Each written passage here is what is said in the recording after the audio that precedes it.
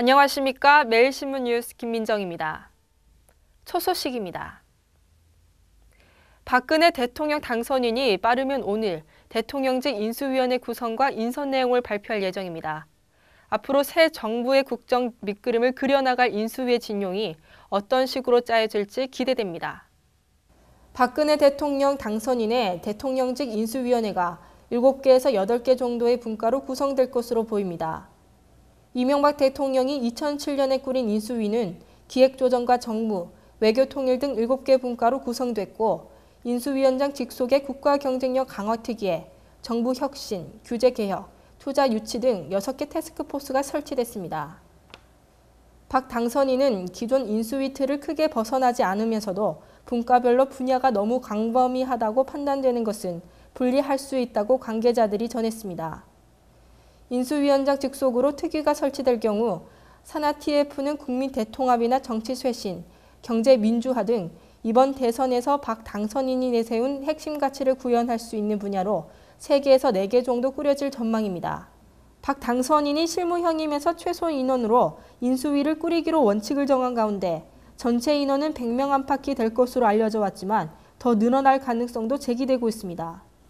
벤처기업 이야기가 개발한 태블릿으로 놀면서 공부하는 전자학습지가 큰 인기를 모으고 있습니다.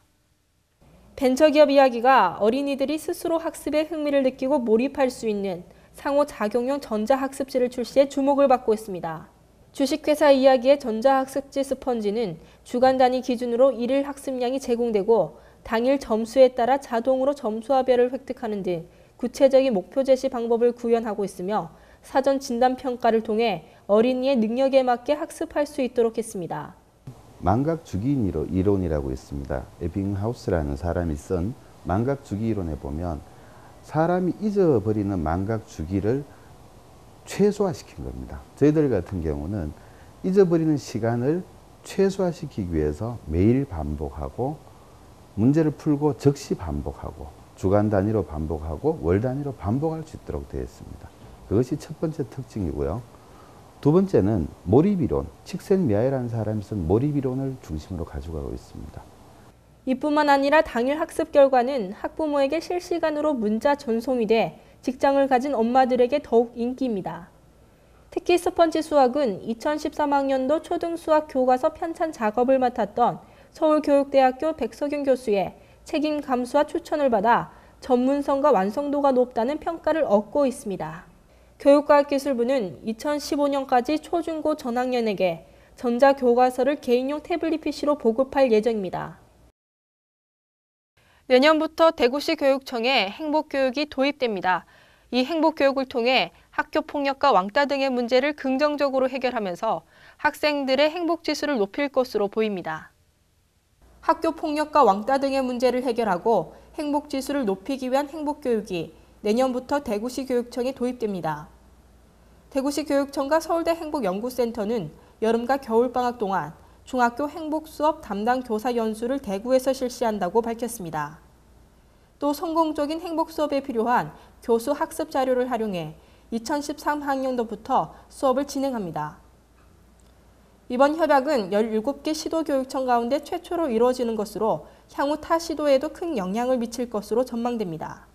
시교육청은 9개 행복 덕목에 대한 실천 중심의 행복 수업을 통해 학교폭력, 왕따 등의 문제를 긍정적으로 해결함으로써 학생들의 행복 지수를 높여 학교 생활 만족도를 향상시킬 수 있을 것으로 기대하고 있습니다. 영천시가 2012년도 경상북도 새마을운동 종합평가에서 최우수 기관으로 선정됐습니다. 영천시가 26일 경상북도 새마을 지도자 대회에서 4년 연속 새마을운동 우수기관으로 선정됐습니다.